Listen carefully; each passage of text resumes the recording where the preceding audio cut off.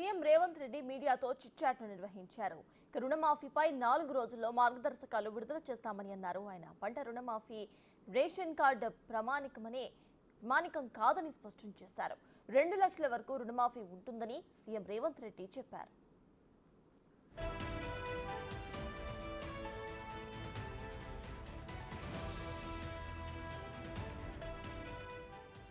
రాష్ట్రంలో విద్యుత్తు కొరత లేదు, పంపిణీలో అంతరాయాలు మాత్రమే ఉన్నాయని అన్నారు సీఎం రేవంత్ రెడ్డి. కేంద్ర బడ్జెట్ ప్రవేశపెట్టిన 2 రోజుల్లో తెలంగాణ బడ్జెట్ సమావేశాలు నిర్వహిస్తామని అన్నారు. అంచనాలకు అనుగుణంగా బడ్జెట్ ఉండాలని అధికారులకు సూచించామని అన్నారు.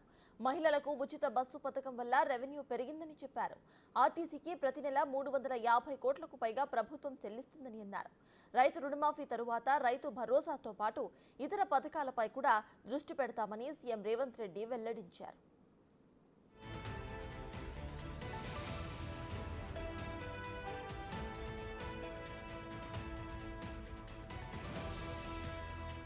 మండలాలు రెవెన్యూ డివిజన్ విషయంలో కమిషన్ను ఏర్పాటు చేస్తామని చెప్పారు సీఎం రేవంత్ రెడ్డి.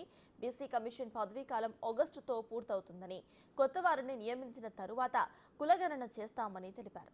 కాళేశ్వరానికి సంబంధించిన వాస్తవాలు అసెంబ్లీలో పెడతామని అన్నారు.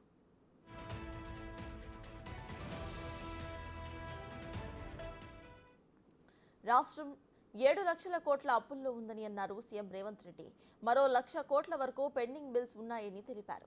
నెలకు 7,000 కోట్లు వడ్డీ కడుతున్నామని అన్నారు. రాష్ట్రం విడిపోయే సమయంలో నెలకు 6,500 కోట్లు వడ్డీ కట్టేవారని వివరించారు. కేంద్రం నుంచి రాష్ట్రానికి రావాల్సిన నిధులపై దృష్టి సారించామని అన్నారు. అన్ని శాఖలకు సంబంధించిన కేంద్ర మంత్రులను ఇప్పటికే కలిశామని అన్నారు రేవంత్.